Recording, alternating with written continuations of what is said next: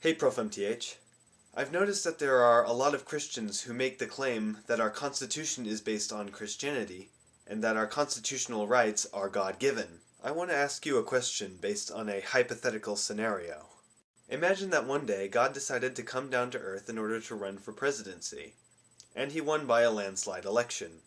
Could God run the White House the same way he runs the universe? Or would God's behavior be deemed unconstitutional?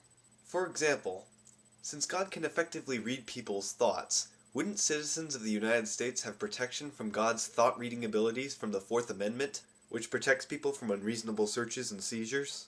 It seems to me that searching people's thoughts would be the most unreasonable kind of search that could possibly be done, not to mention the most egregious violation of privacy imaginable. If it was found out that the government was spying on people, there would be a huge uproar about it. I imagine the case would be similar if it turned out that the government was reading people's minds. Would God need a warrant in order to search people's thoughts? Also, it's interesting to note that the commandments, "Thou shalt not make any graven images," and "Thou shalt not make any wrongful usage of the Lord's name," both stand in direct opposition to the free speech clause of the First Amendment. And finally, if God were president, he would be prohibited from sending people to hell by the Constitution under the Eighth Amendment. Prohibition on excessive bail and cruel and unusual punishment. Can you imagine a more cruel and unusual punishment than hell? And even if he could get around the Eighth Amendment, he would still be prevented from sending people to hell without a fair trial by the Sixth Amendment.